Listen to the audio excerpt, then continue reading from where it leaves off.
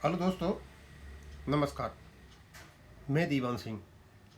मैं आपको बताना चाहूँगा कि चंडीगढ़ हाई कोर्ट का जो जजमेंट था, उसके जजमेंट का कुछ भाग उन्नी कृष्णन साहब ने deputy chief of IBA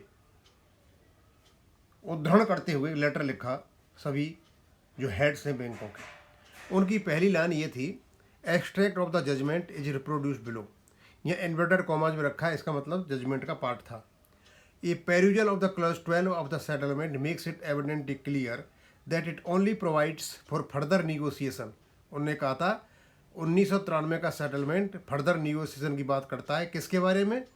applicability, qualifying service, amounts of pension, payment of pension, commutation of pension, family pension, updating other general conditions and can not be read to provide updation. और इससे pension updation नहीं मिल सकता, यानी ये नहीं कहता pension updation इससे मिलता है। ये बहुत ज़्यादा कंट्रोवर्शियल हुए, विवादास्ग्रस्त, डाउटफुल, अनरीजनेबल। जब इसका मैंने वीडियो बनाया और जब लोगों के पास गया तो हर कोई पढ़ रहा है, और शुक्ला साहब ने यहाँ उसका एक क्लैरिफिकेशन दिया है।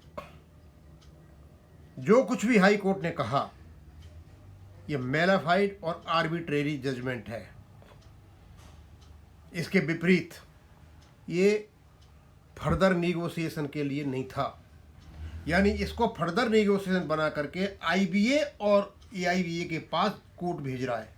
जब आगे आप जाके पढ़ोगे, शुक्ला साहब कहते हैं, they have quoted the judgment of Punjab and Haryana high court in LPA by Singla and others. They have के मतलब बात कर रहे हैं वो, इन्होंने आईबीए ने जो सर्कुलर निकाला उसमें जो कोर्ट किया वहाँ का ये है। कहते हैं, honourable court was not explain in convincing manner that as per para 12 of the settlement. मतलब जो ऑनरेबल कोर्ट था उसको प्रॉपर तरीका से कन्विंस नहीं किया गया। अब क्योंकि कोर्ट इस प्रकार का वर्डिक्ट दे रहा है, स्वाभाविक सी बात है वो वकीलों पड़ जाएगी। वो कहते हैं 19/10/1993 का जो सेटलमेंट था उसके बेस पर स्मॉल कमेटी बनी, उसने रेगुलेशन को ड्राफ्ट किया। स्मॉल कमेटी ने एक मीटिंग बुलाई on to pension settlement, place the formula, draft को सामने रखा, उसको डिस्कस किया, पास किया, and this draft contain the provision of periodic pension updation along with wage revision 35 number के साथ साथ यहाँ पीरियोडिक पेंशन रिवीजन की बात हुई थी। इसका मतलब इनका यह कहना फर्दर निगोशिएशन के लिए वो गलत है बिल्कुल, यानी हाई कोर्ट का जजमेंट एकदम मेलाफाइड है। Further, in a small committee, among other things, it was discussed and accepted that pension updation will be on RBI line। और ये RBI लाइन की जो बात हो रही है, इसका कोर्ट ने ये कहा कि ये तो केवल डिस्कशन हो रहा था, ये तो कोई एग्रीमेंट था ही नहीं, इसको भी नकार दिया।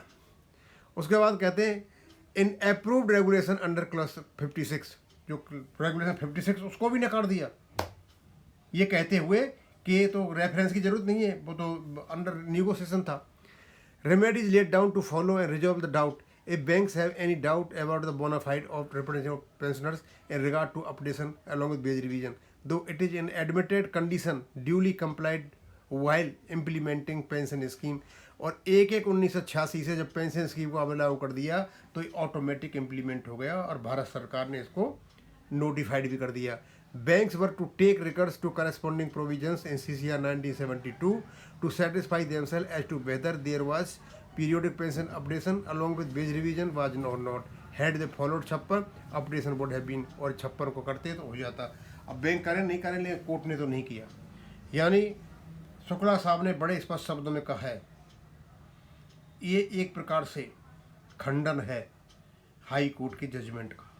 हाई कोर्ट ने ये कहा है कि फर्दर निगोसिएशन की जरूरत है, इस प्रकार क्लॉज 12 कहता है। ये तो 1993 में खत्म हो गया था, 2015 तक, यानी 20 साल, 1995 से लेकर के और 15 साल 2015 के तक, 20 साल तक ये कोई अधर में नहीं लटक रहा था। इस पर बहुत सारा काम किया जा चुका था, जानबूझकर रास्ता ढूंढा गया इसको तोड़ मरोड़ करके पेश करने की, और ताकत दी आईबीए को, एआईबीए को कि तुम पेंशनर को कुचलो, मारो, जीनोसाइड करो, जो कुछ करना है करो, क्यों हाई कोर्ट ने छूट दे दी थी इनको। अब रीजन क्या था इसके पीछे, गॉड नोज। लेकिन इस प्रकार का जजमेंट जो खोट से भरा हो